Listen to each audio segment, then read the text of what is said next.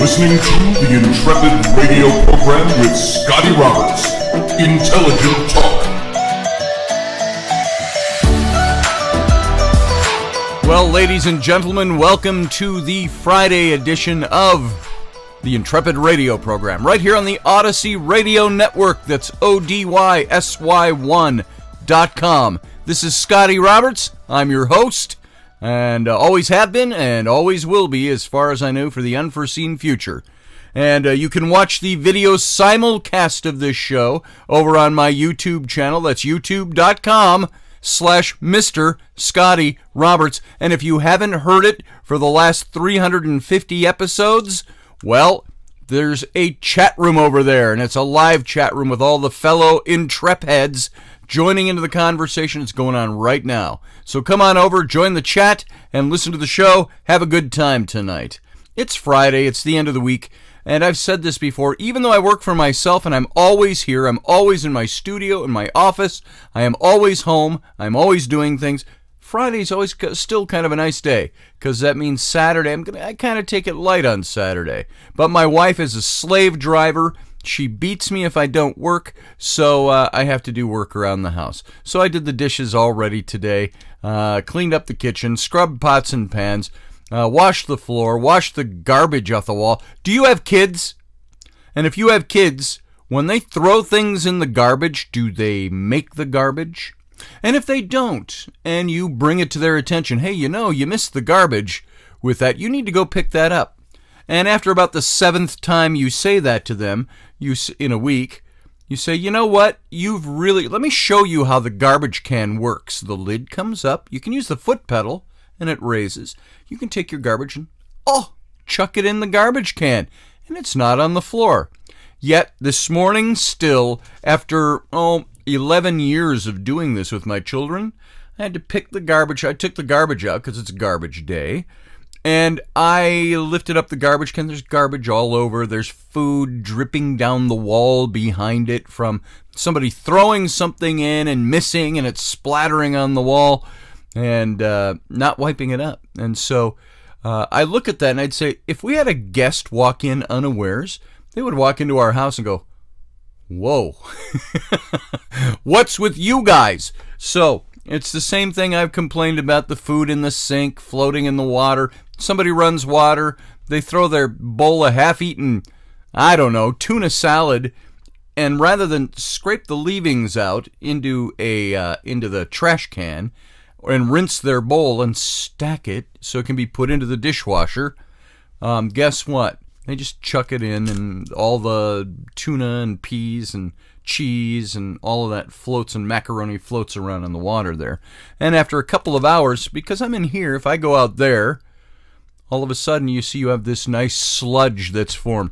Anyway, all of that. Happy day. It's Friday, folks. Welcome to the show. I'm talking about garbage on the walls and sludge and cleaning up after children. And as my friends Risa and Laird Scranton once said several years ago when we were talking to them about kids and cleaning, Laird said to me, he said, every now and then while Risa and I are cleaning up the house when the kids were younger, he said we would look at each other and go, hurry up, they're catching up to us.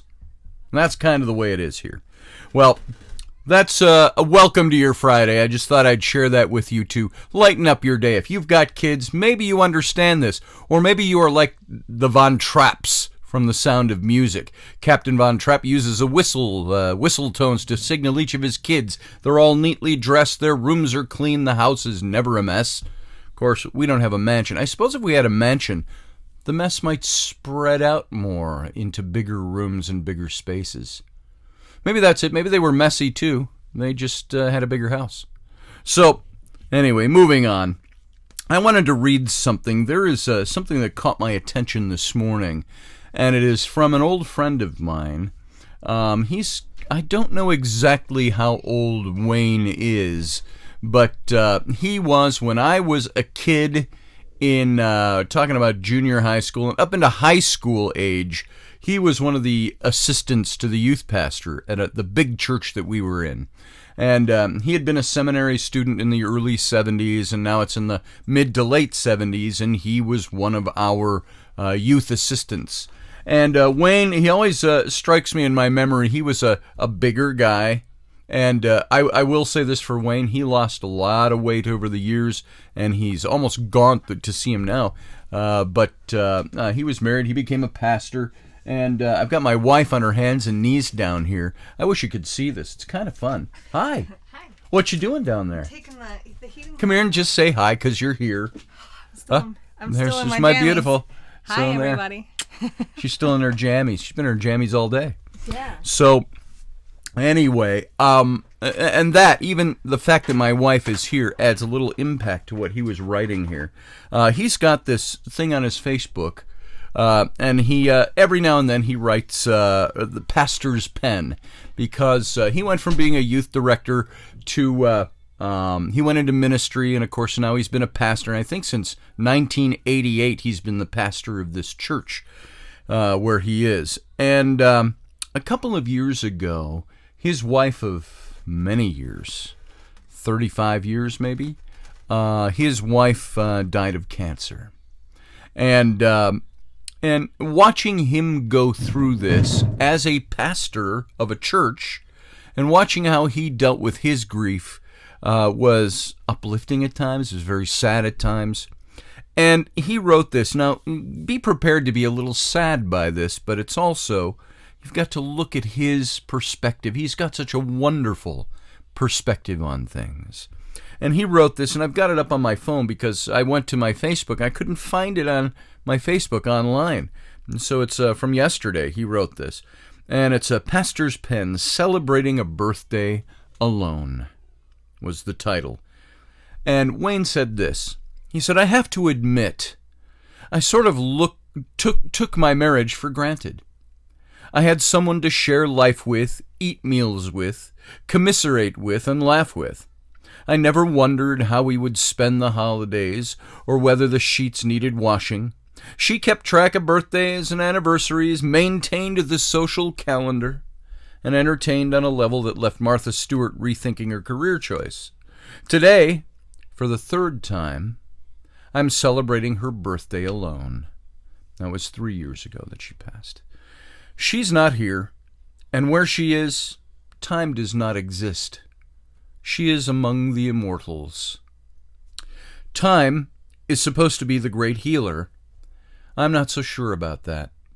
The grief passes, but the loneliness intensifies. And, he says, so do my regrets. Now that I'm doing the dishes, buying the groceries, fixing the meals, laundering the clothes, cleaning the bathrooms, and every other room of the house, it dawns on me that she did all of this without ever complaining. In fact, she hummed and sang while she went about her tasks, which would seem to indicate that she didn't find her work onerous. She was joyful. Me, not so much. As I do these things, I wish, sometimes in tears, that I could thank her more fervently for all she did. I thanked her, of course, but perhaps a bit perfunctorily. I would do a much better job of it now. We learn too late what we've missed. I regularly encourage guys to enjoy their wives every day that they have them, for the day may come, like it did for me, when they're gone. Take your marriage seriously. Work hard at it. Make it a thing of beauty and joy. Then maybe you can avoid the regrets that haunt some of the rest of us. Pastor Wayne. And I read that this morning, and I said to Wayne, I wrote him a quick comment on it, and I said, I said, my life, I couldn't live without my wife. And I said, you and I, we've got to talk. I said, brother, I'd be lost without my wife. I can feel you from here. Would love to sit down and talk sometime soon. And he responded, yes, I'd like that too. So I think after this show, as late as it is, I might give him a call. But, and see if he's around. I haven't talked to Wayne for 30 years. And when I found him on Facebook, maybe 6-7 years ago, we reconnected. But, he was a youth leader at the time. And I remember one of the first comments he made to me, he saw me with one of my fedoras on, and he said, "Hey, you got any hair left under that hat?" He says, "I'd love to see what your head actually looks like." And so I took off the hat and I posted a photo. I said, "There you go." He goes, "Aha, now I see it." He says, the receding hairline and all of that and so on. Now, I'm 60, so I've got to imagine that Wayne has got to be around 70 years old. I'm sure when he was working with the youth with us, he was in his late 20s, and I was in my late teens. So I'm sure he's probably about 70 and maybe a little bit into his 70s.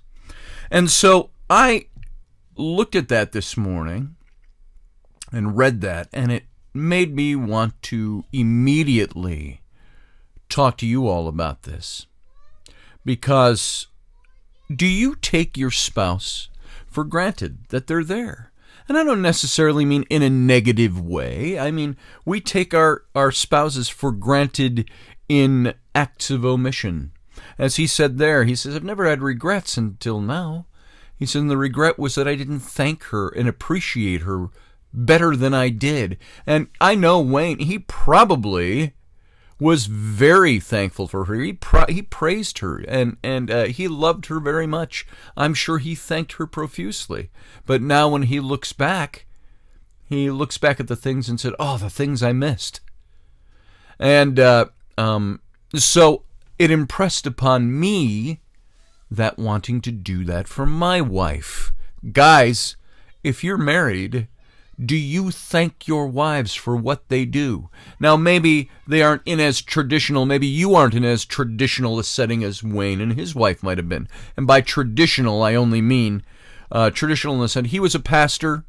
I don't know how much she worked outside of the home, but she took care of the home, and he was the pastor. He went to work and he pastored the church, and they had a fairly traditional style marriage. Which you don't see a lot of today, meaning husbands and wives both work nowadays. But my wife was a stay-at-home mom for 10 years. We maybe gave up a little bit by having her not work. We had half the income coming in the door that could have been coming in. But my children benefit from her being at home. And so we had to do the math and say, let's see, if it costs us to put our children into daycare roughly $800 a month. Now that's cheap, but let's use that figure. And let's say she went out and earned $2,000 a month, working, and these are rough figures. We had to start doing the math and saying, is it worth it to take home about $1,000 a month or thereabouts? $1,200, $1,500? Is it worth that to have somebody else raising our children 9 hours out of the day? And we decided, no, it's not worth that. I would rather sacrifice a bit financially as a couple and have mom stay home, raise kids. I could have stayed at home and she could have worked. But we opted for that more traditional. Moms make better moms than dads, I will tell you that. And dads make better dads than moms. So that's what we went, and I think that's the path that Wayne had gone as well. So what I'm saying by all of this is that I want to ask you if you appreciate your spouse, your husband, your wife. Do you appreciate them? Do you thank them? Can you imagine what your life might be like without them? I'd be lost without my wife. Now, does that mean I would never recover from that and never overcome that? Does that mean I would never enter another relationship or anything like that, and vice versa for my wife on all those counts? No, but it means, as for right now, I don't even want to think about that. And let me ask you, when I bring up my mantra of 20 years from now, you'll regret more the things you didn't do than the things you did do? Not to be morbid, but what if 20 years from now that spouse you have is no longer there? Will you look back and say, the things I wish I would have done? Make those things happen now. Take your time now to thank your spouse. And it might feel silly at times because we don't do it enough. You ever stop I heard a counselor had once said, this wasn't a counselor I went to, but I had heard them talking, and they said, have you ever looked at your spouse and sat down and for 5 minutes, think of that time, in a week, 5 minutes, sat down and looked your spouse in the eye for 5 minutes. Quiet, maybe saying a few things. You ever put your hand on your spouse's heart? Reach out and put your hand over their heart. Say, hey, I love you and I appreciate what you do. And they might look at you and go, pfft, what are you smoking? Because we don't do that enough. That's why it seems so odd. We don't do that. We take everybody for granted. And again, not in a negative way. We take them for granted and we think they're always going to be here. And I'm always going to have time to, buy my wife flowers. Whatever. My wife would probably shoot me in the butt if I bought her flowers, because she's like, what are you wasting money on flowers for? Buy the bulbs so we can plant them in the spring and grow them. And then maybe we could sell them and make money. But that's my wife. So how are you with your spouse? Are you thankful for your spouse? Do you let them know? Do you appreciate them? What would your life be like if suddenly they weren't there? And you went on, you had to go on by yourself. And as my friend Wayne said, third birthday alone. Her birthday. And but he remembers it. And he says, the grief has passed. He says, but everything else is still there. The loneliness has intensified while the grief has passed. And that brings up his memories. And so think about that. And think about who you are, what you are, to the spouse that you have, and what kind of time you give them, and how much you care for them, and how much you show that. I sometimes worry I don't show my wife enough how much I love her. Sometimes I yell at her. Sometimes she yells at me. Sometimes I'm like, you stupid cow. We never say that with much meaning. It's usually, stop yelling at me, you stupid cow. And she'll call me something else. But we move on from that, because that does not eclipse our whole life together. We have our moments, but we love each other, and I don't think we would like to be without each other. And I'm speaking more for myself than my wife. She'd do just fine without me. But I want to pick up our Spark Courage again today, right here. And, we open this up. These are 50 ways to be bold, and let's dig around in here. And just so you can see, I'm just digging for trying to find one we haven't read. Okay, here you go. See what that says? Ask for honest feedback from someone you respect. Ask for honest feedback from someone you respect. So, this is a way to be courageous. This is a way to be bold. It's to embolden yourself, to build up your courage, to build up your boldness. Ask somebody that you respect and like for feedback about who you are, what your life is like. Many times, we'll go onto social media and we'll post stuff. Hey, this is an accomplishment I had today. Or I did this, or I drew this picture, or I did that, or whatever. And everybody's like, wow, that's great, that's fantastic, that's crazy cool. And yet, you sit back sometimes and you say, am I actually getting real feedback here? Because I think of an old proverb from the Old Testament that said, faithful are the wounds of a friend. Faithful are the wounds of a friend.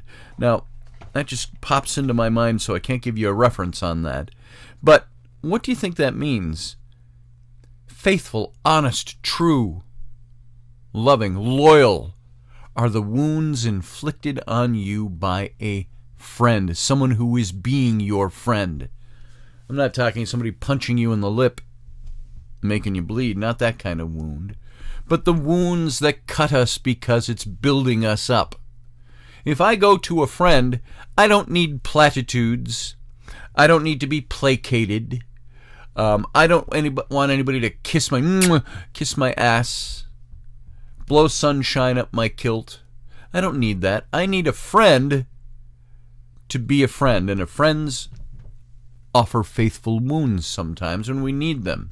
They're critical of us when we need to be criticized, but they're critical from a point of friendship. Now, this can go over into the whole thing about appreciating our spouses as well. Criticism from a spouse, sometimes hard on us. It's like, fuck off. Why am I listening to you? Why are you criticizing me? Now, sometimes criticism can come in the form of being nasty. Somebody even a spouse, wants to tear you down a bit.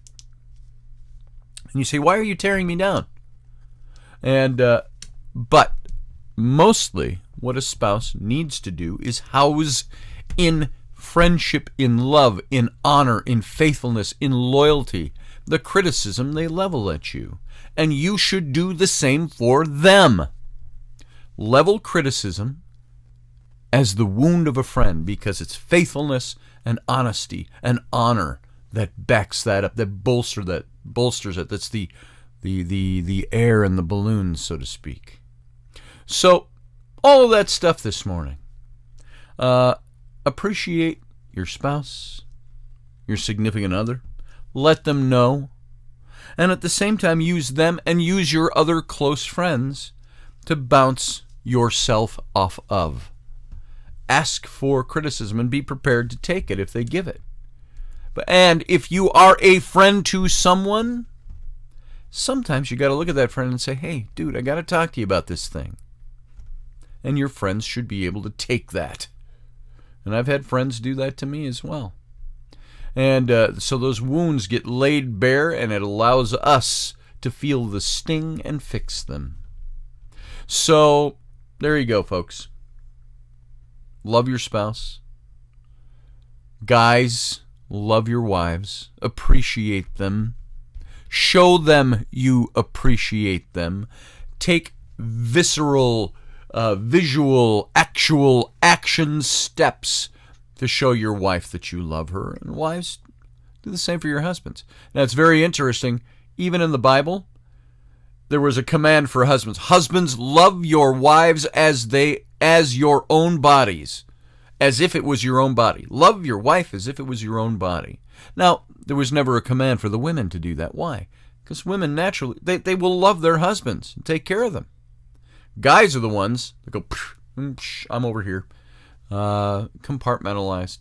So the command was always, husbands, you guys do this. Do this. Love your wives like they are your own bodies. And so let me encourage all of you.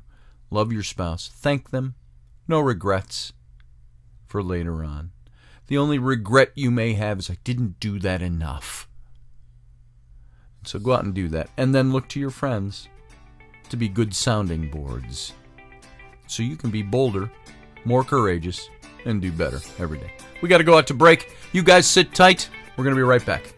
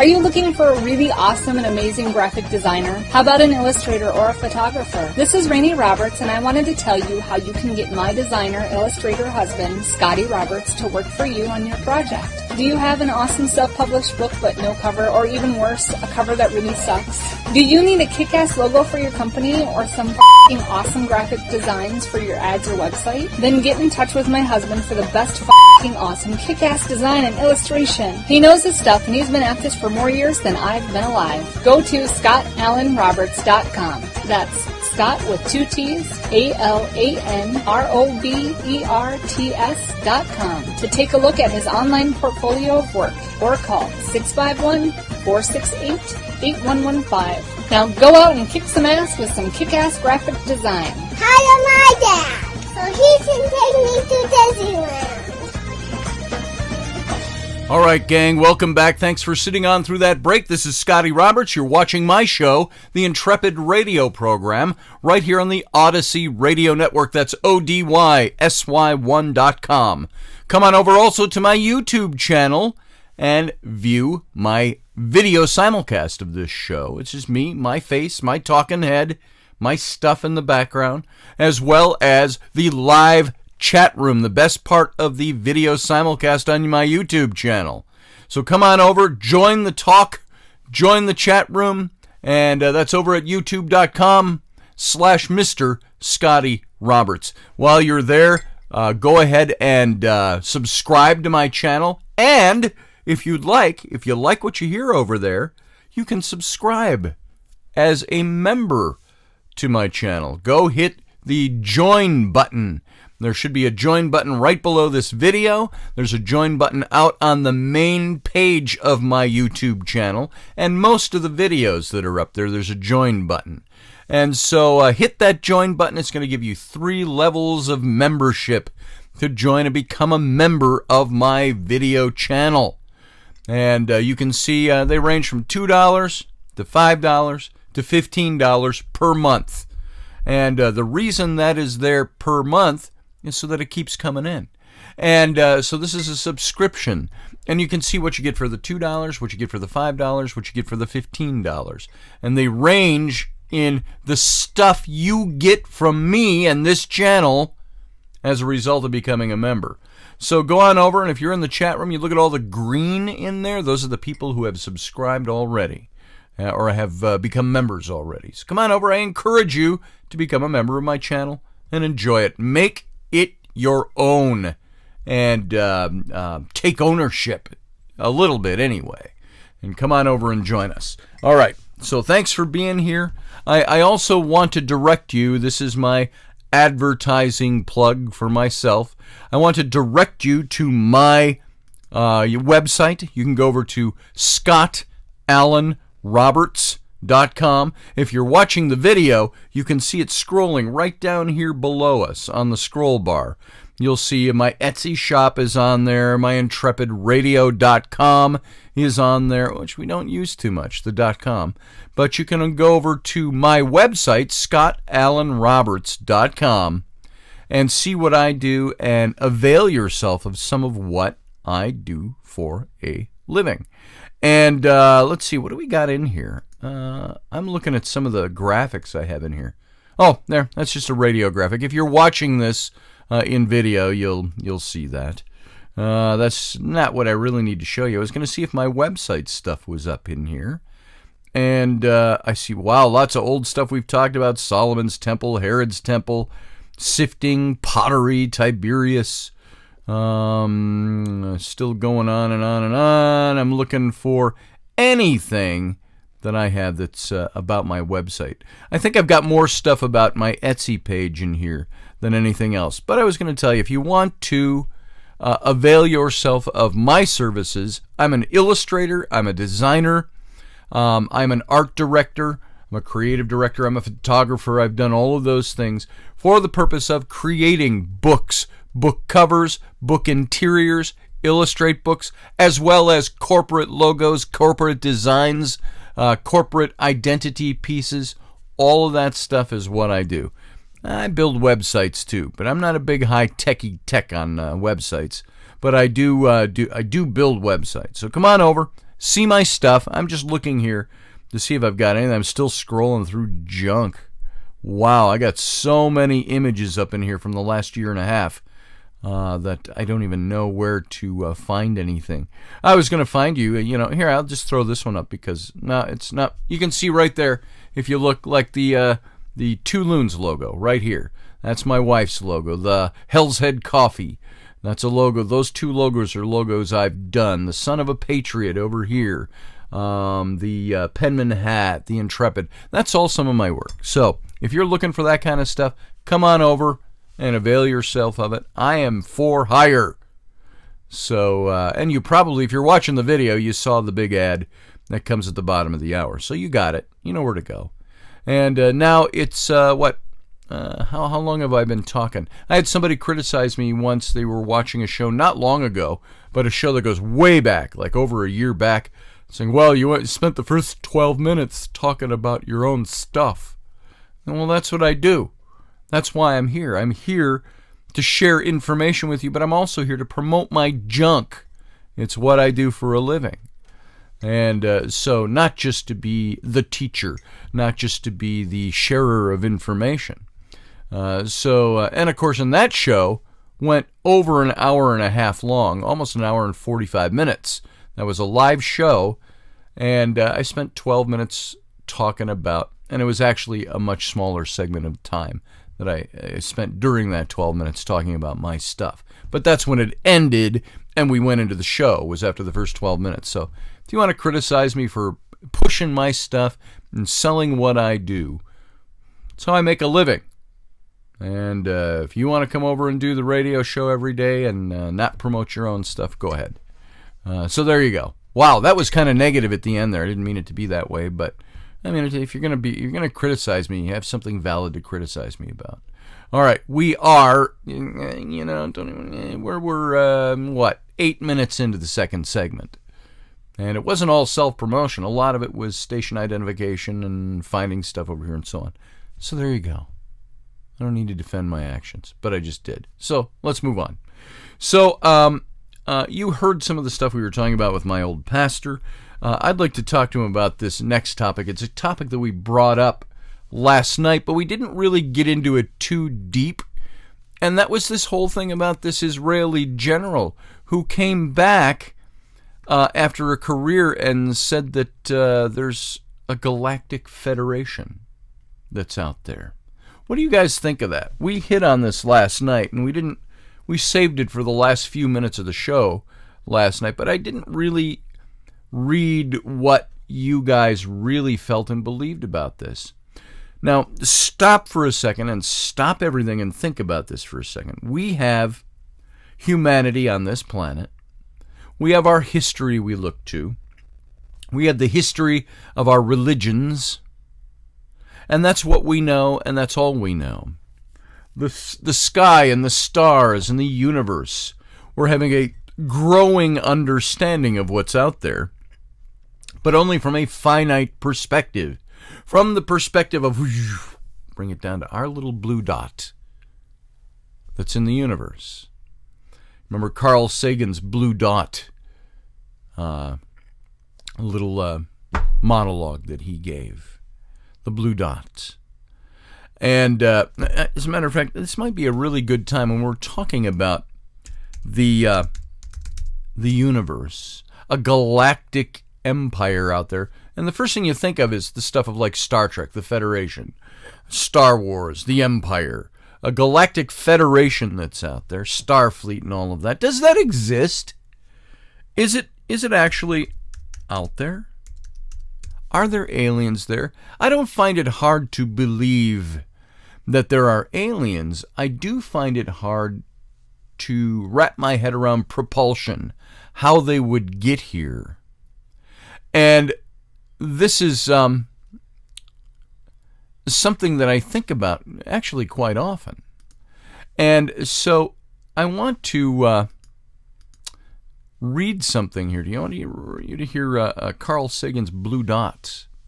His pale blue dot is what that's called. Let me see if I can open up this image so I can read this for you. It goes like this. We succeeded. And there's a picture, by the way, the picture that Carl Sagan's talking about is the blue dot. It's the picture from a satellite of Earth suspended in space. And he said, we succeeded in taking that picture. And if you look at it, you see a dot. That's here. That's home. That's us. On it, everyone you've ever heard of, every human being who ever lived out their lives. The aggregate of all our joys and all our sufferings, thousands of confident religions, ideologies, and economic doctrines, every hunter and forager, every hero and coward, every creator and destroyer of civilizations, every king and peasant, every young couple in love, every hopeful child, every mother and father, every inventor and explorer, every teacher of morals, every corrupt politician, every superstar, every superman, leader, supreme leader, every saint and sinner in the history of our species lived there on a mote of dust, suspended in a sunbeam. The earth is a very small stage in a vast cosmic arena. Think of the rivers of blood spilled by all those generals and emperors so that in glory and in triumph they could become the momentary masters of the fraction of a dot. Think of the endless cruelties visited by the inhabitants of one corner of the dot on scarcely distinguishable inhabitants of some other corner of the dot. How frequent their misunderstandings, how eager they are to kill one another, how fervent their hatreds, our posturings, our imagined self-importance, the delusion that we have some privileged position in the universe, are challenged by this point of pale light. Our planet is a lonely speck in the great enveloping cosmic dark. In our obscurity and all this vastness, there is no hint that help will come to us from elsewhere to save us from ourselves. It's up to us.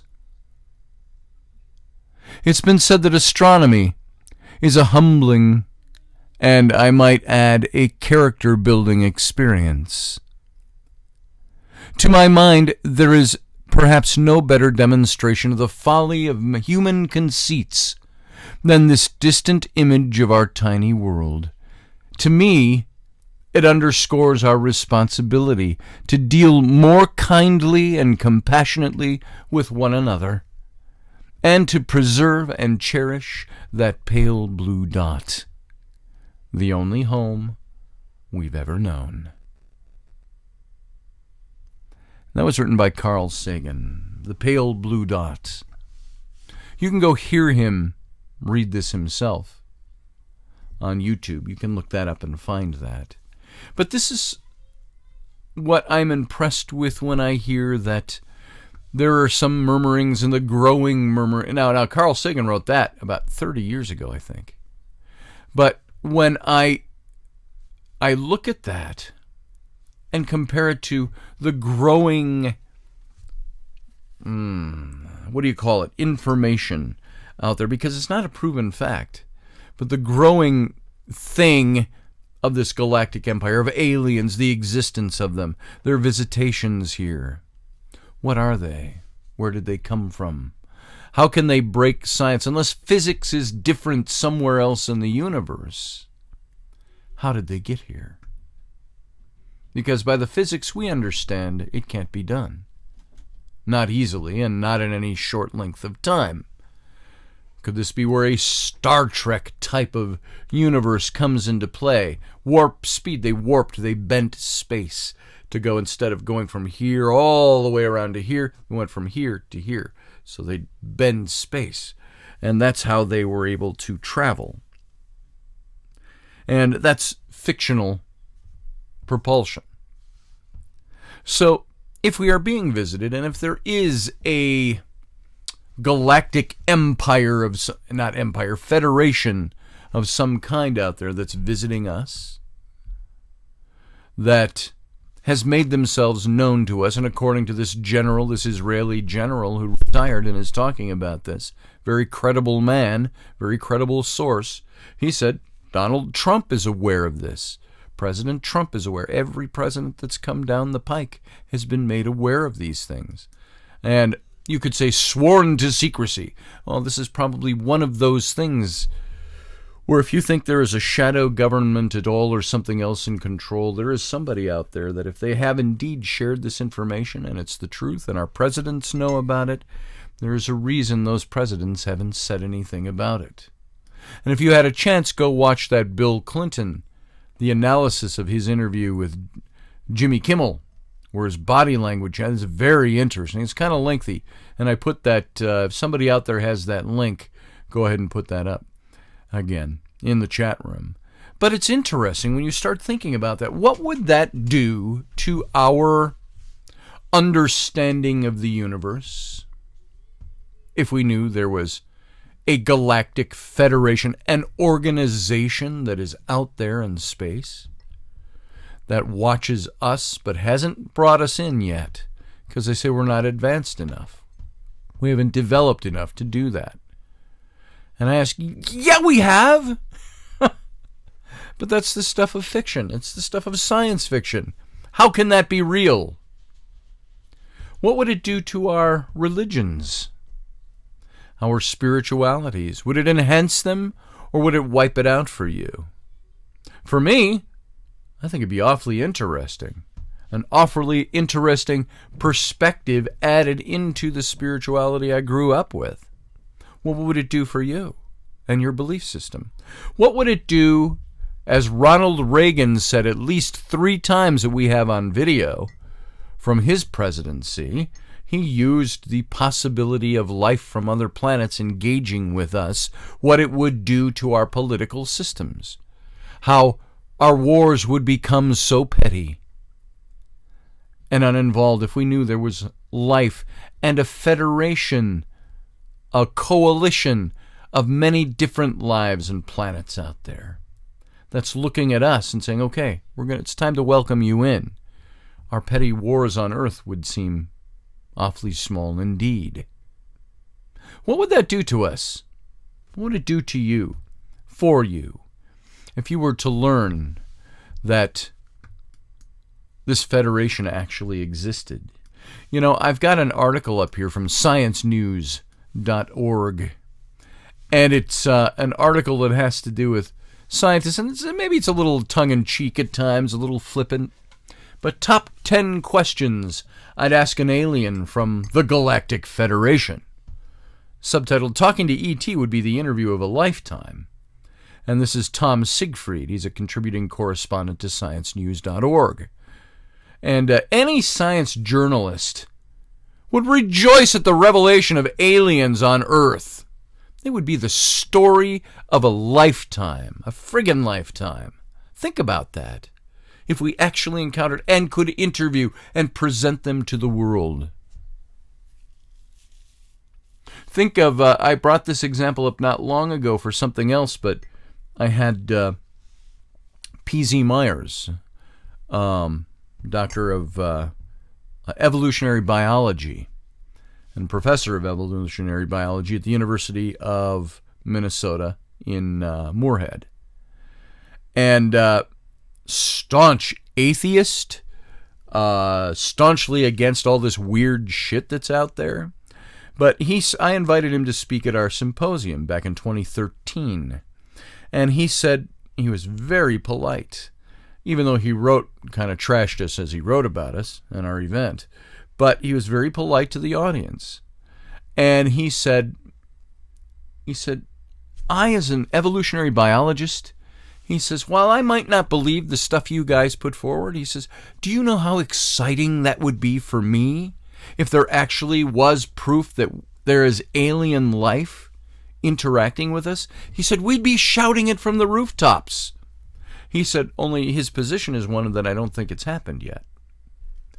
And so, is it surprising that a former Israeli space official's claim that a Galactic Federation is known to the U.S. government has made a few headlines and trended on Twitter? You go look at Google right now and Google Galactic Federation.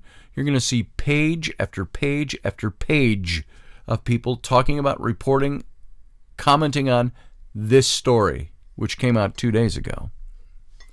And of course, most science journals have already been alerted to the presence of aliens by a number of readers who would like to testify about their personal ET encounters, and we hear a lot of those.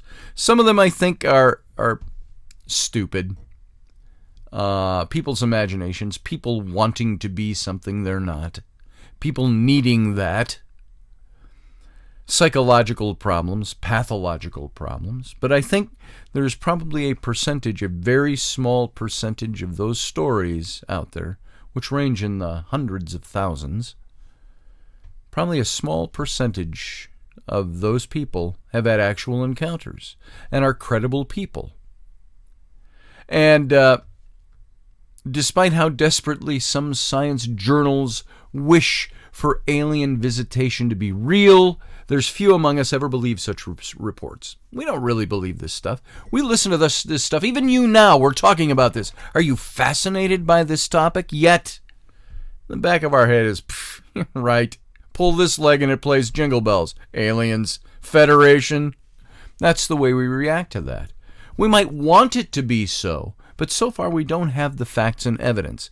And every time we hear of somebody who has credibility like this guy,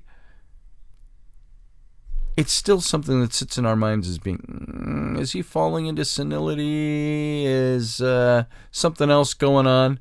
So, a few among us ever really believe such reports of these. Proper policy is to decline to interview any would-be informant about their alien experience and instead insist on interviewing the aliens themselves.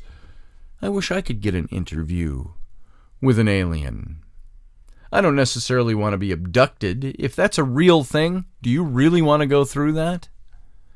And so I'd be willing to come out of retirement, this author says, and conduct such an interview if any Galactic Federation alien monitoring science news, their website, would be willing to submit to some tough questions. Only condition would be the alien must wear a high-quality mask covering its damn nose if it has one. Now, obviously, this was written in the age of COVID. So now it's pretty, and that's where you get a little tongue-in-cheek here. Now, it's pretty safe to bet that such an interview isn't going to happen. It's more than likely that the Washington football team wins the next Super Bowl, or even the New York Jets. But just in case, it's a good idea to start prepping some questions. And this scientist now, here's his top 10 questions, followed by his best guesses at the alien's answers. What would you ask an alien if you got to sit down and notepad and interview him for an article? Here's his questions. 1. How do you spell your name? The answer that he comes back with is, here's his possible answers from the alien. Spell. There is no spell. There is name or no name. Do or do not. There is no try. So spell. There is no spell. There is name or there is not name. And that's kind of hard to argue with. Okay, so moving on to question 2. Using Earth's astronomical terminology, where are you from? And the answer coming back is Tea Garden B. Now, do you all know what Tea Garden B is? Tea Garden B, it's a planet. It's a real planet. It's Tea Garden's star B. Tea Garden's star B is a super-Earth exoplanet that orbits an M-type star. Its mass is 1.05 Earths, so about the same. It takes 4.9 days to complete one orbit of its star, its sun, and is about 0.0252 AU from its star. Its discovery was announced in 2019. So it's a super Earth. It's a big version of Earth. and its days are our days for 4.9, so almost 5 days long is one of their solar days. And so that is Teegarden B. And so that was the answer that he proposed might come back. Where are you from? Teegarden B. All right. Moving on to the next question. Have you not seen The War of the Worlds? And the answer coming back, he says, saw both versions. Tom Cruise is no Gene Barry. Galaxy Quest was a more realistic movie, though. If you're familiar with Galaxy Quest. Tim Allen, Sigourney Weaver comedy. Spoof on Star Trek. The making of that movie. So, what's your in question 4, he would ask. What's your favorite interpretation of quantum mechanics? And the answer would come back, quantum mechanics needs no particular interpretation if it's formulated without the pre-existing prejudice that nature should exhibit cause and effect determinism.